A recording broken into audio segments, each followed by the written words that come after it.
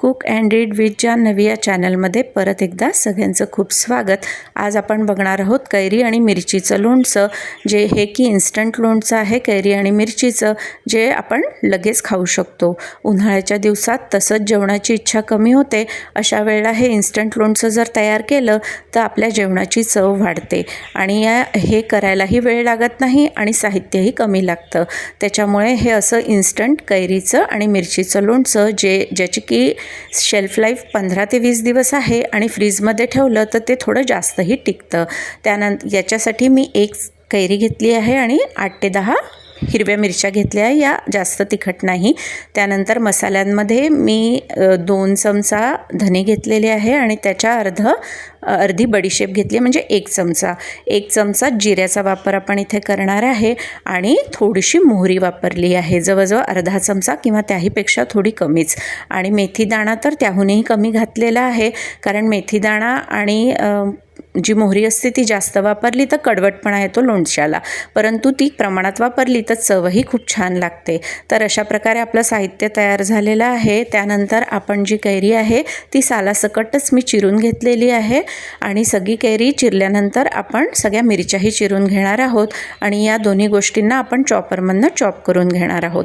तुमच्याकडे चॉपर नसेल तर तुम्ही मिक्सरमधनंही हे काढून घेऊ शकता, फक्त कोर्सली ते क्रश करून घ्यायचं आहे।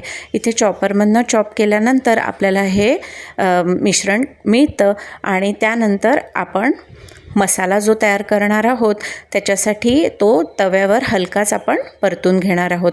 तो जास्त वेळ आपल्याला परतायचा नाही, नाहीतर तो उग्र लागतो। त्यामुळे थोडासा त्याचा रंग बदलला आणि सुगंध यायला लागला की आपण गॅस बंद करून तो थंड करून घेणार आहोत आणि त्यानंतर आपण तेलही गरम करून घेणार आहोत। छान कडकडीत गरम झालं तेल की आपण गॅस बंद करणार आणि थोडंसं तेल थंड व्हायला लागलं की मग आपण त्यामध्ये हिंग घालून घेणार आहोत।